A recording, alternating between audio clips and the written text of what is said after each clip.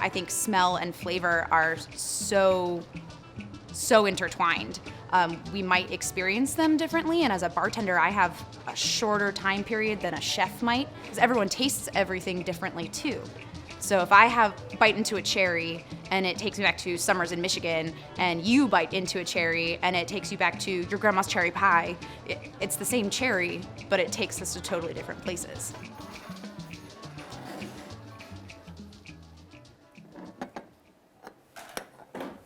Our Annie Williams is back live in the kitchen today to make hot toddies. With the classic one, you can just throw a couple of those lemon wheels right in there. Just throw it right Yeah, in. just Squeeze toss it it. first? You can squeeze it if you want. Squeeze a little of And then that. you're gonna want the oils from the rind. So delicious. What do you have going on these days?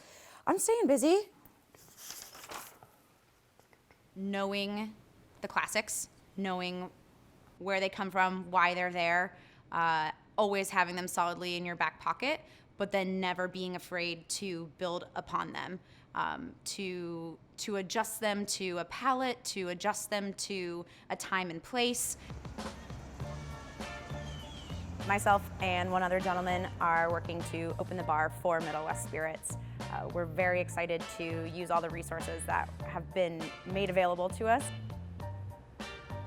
I mean, the Manhattan is king of classics. This is one of my favorite variations on a Manhattan.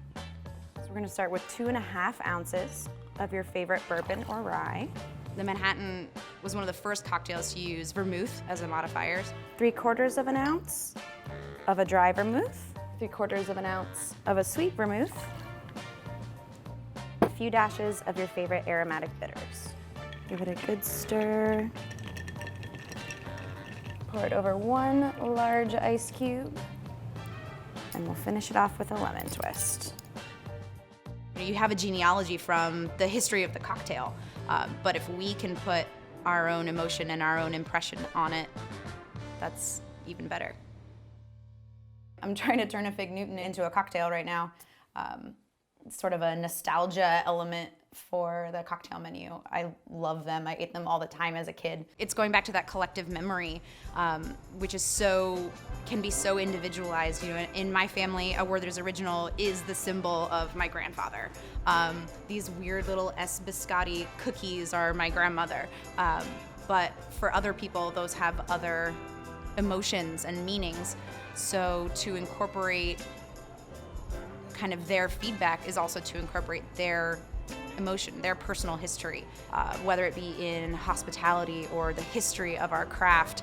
I think New Classic applies more to the approach and the attitude of people who really want to re-elevate what we do. You're there to serve, in every sense of the word, and that's why we do what we do. So we better do it well.